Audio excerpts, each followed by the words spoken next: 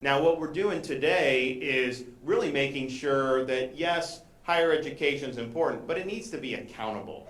We need to have good curriculum. We need to make sure the faculty are held accountable and that they don't just have tenure forever without having any type of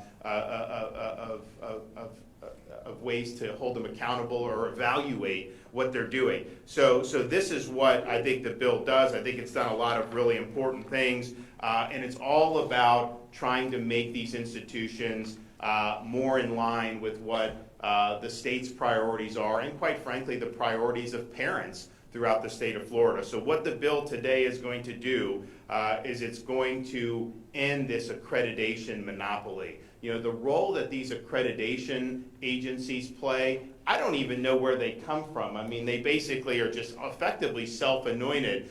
They have an inordinate amount of power to shape what is going on at these universities. And so what the bill does here is it requires diversity with the accreditations. You can't just keep going to the same accreditor. I think that's something that's going to be very, very significant. The other thing it does is it reforms tenure. So now with tenure, you have a 5-year review. Every 5 years, you go in front of the Board of Trustees.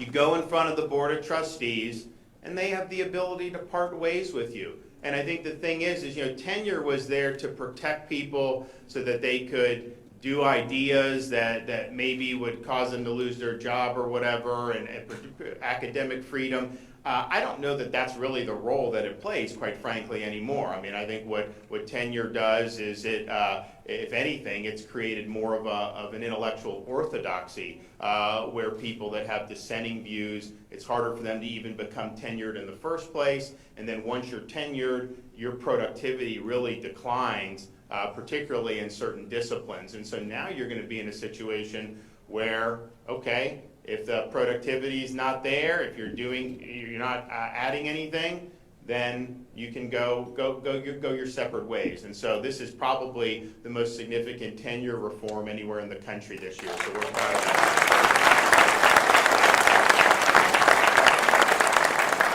The third thing it does is it ensures transparency in how the curriculum is developed.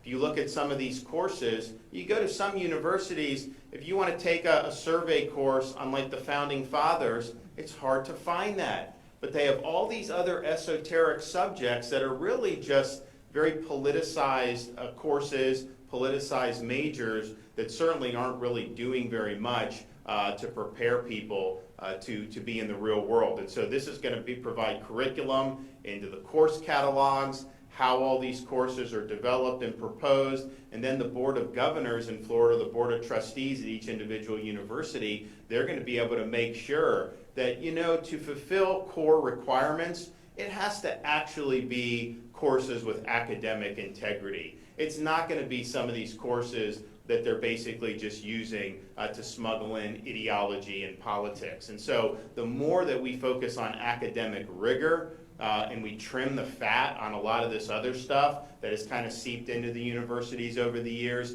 the better we're going to be, and the better, quite frankly, our students are going to be.